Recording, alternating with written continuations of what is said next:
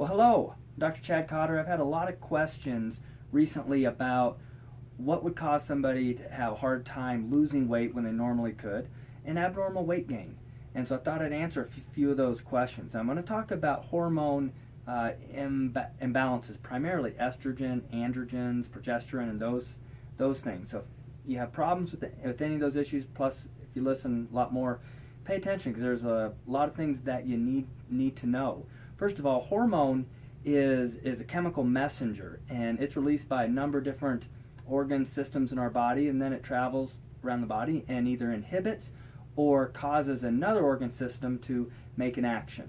Now, when you have abnormal levels of estrogen, some of the common things we see are mood swings, hot flashes, anxiety, depression, sagging skin, vaginal dryness, sleep problems, memory problems. We can go on and on. There's a lot of issues that come from estrogen imbalances.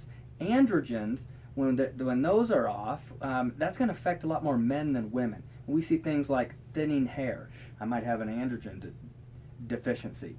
But thinning hair, abnormal hair on the arms or the face developing.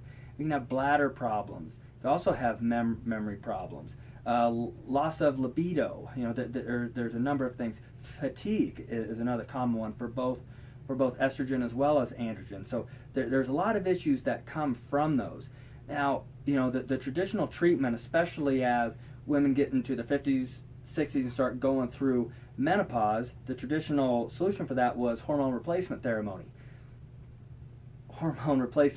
therapy. Now, the Women's Health Institute was following thousands of women, and they ended a study back in 2002.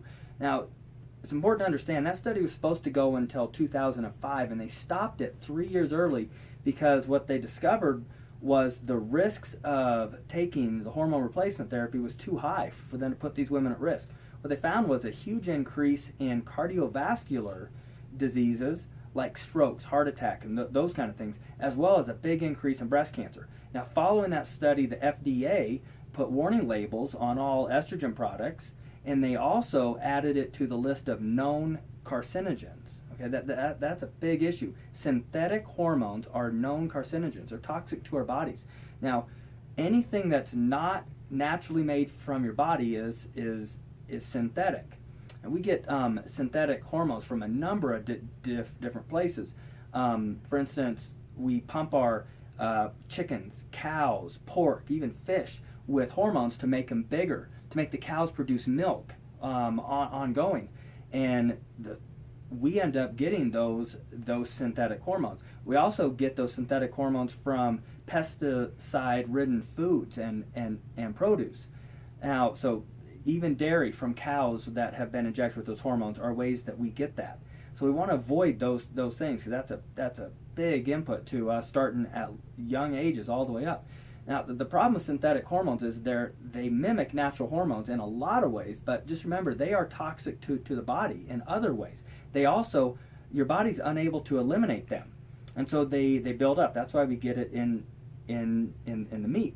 Now, some foods that can be eaten to help, I guess, solve this problem if people do have hormone imbalances. You want to give your body the precursor so it can make those hormones.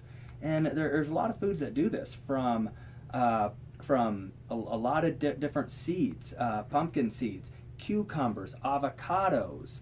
There's a number of vegetables. The leafy green family is really high in it. Primrose oil is a good source of it. So there's a lot of ways that you can give your body precursors to help yourself with these things.